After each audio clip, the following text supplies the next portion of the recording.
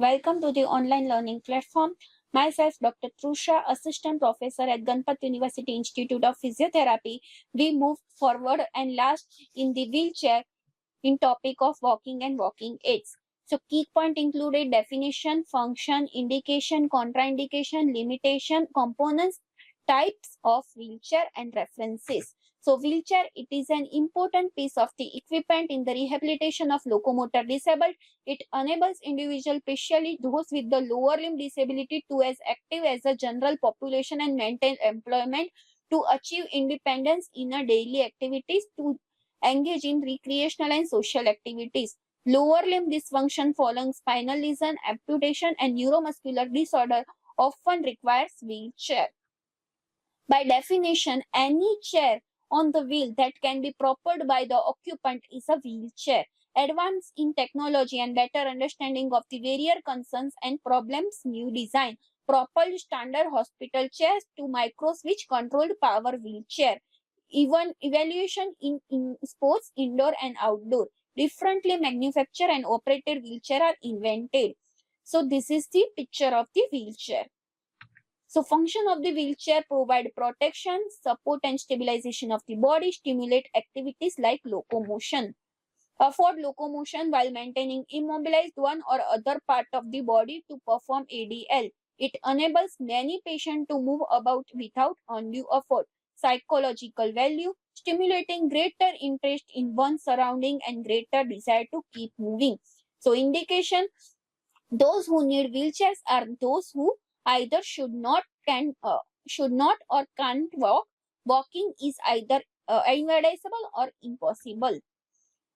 Inadvisability of ambulation may be because of the contraindication of weight bearing, interference of wound healing prior to the ambulation, inadequate safety in walking, deficiency of patient judgment. In all of these conditions, the restriction against walking may be temporary.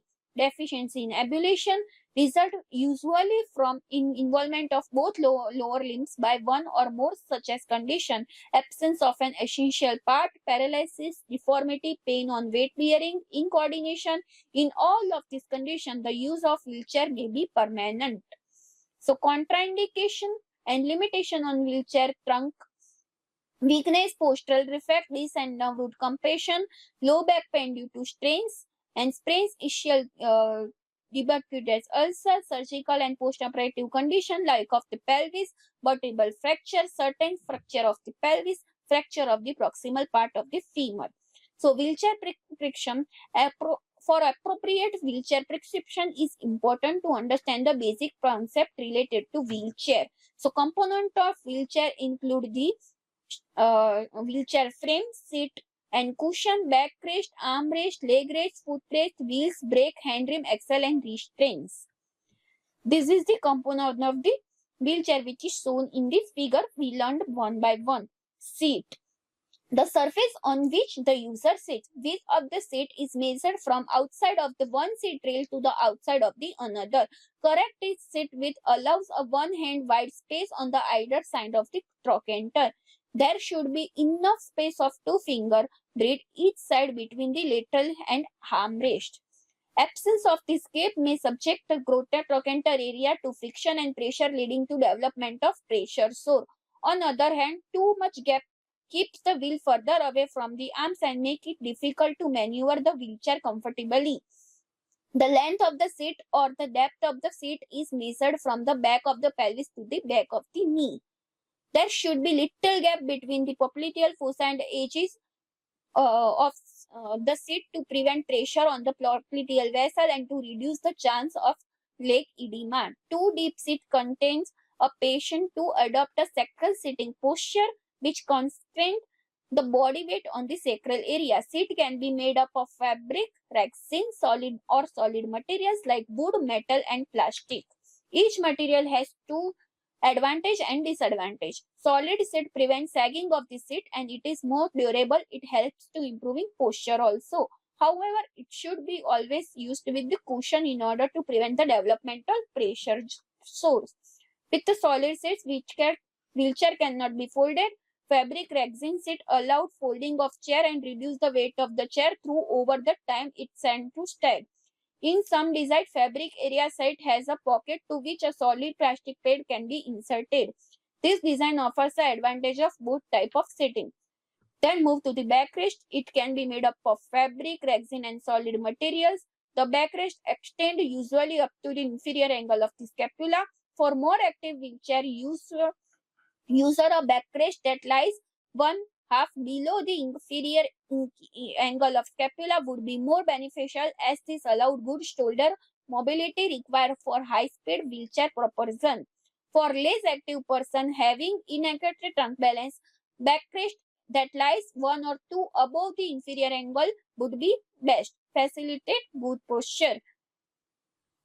Removable backrest which facilitate backward transfer. The angle of the backrest is kept at the ordinary chair usually 90 degree. So the angle of the back and seat is usually the 90 degree. The resting of the backrest of the 3 to 8 degree backward inclination improves balance and allows greater freedom to use upper limbs in persons having the absent abdominal muscles. Some designs provide the option of full reclining backrest, which converts the wheelchair into the stretcher. This also makes the chair less stable, cumbersome, and heavier. Some chairs provide a head extension to offer complete support to the head and trunk.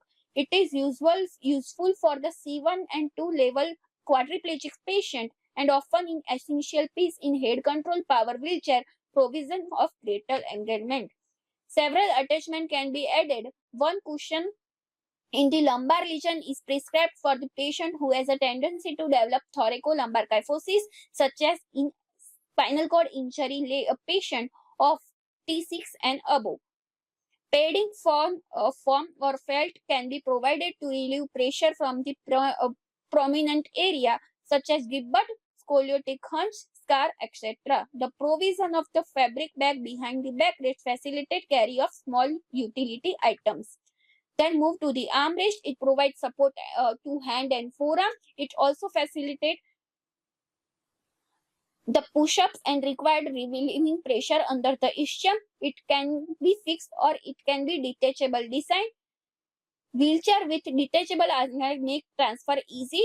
Adequate height should be adequate height to keep shoulder relaxed for providing adequate support to both sides.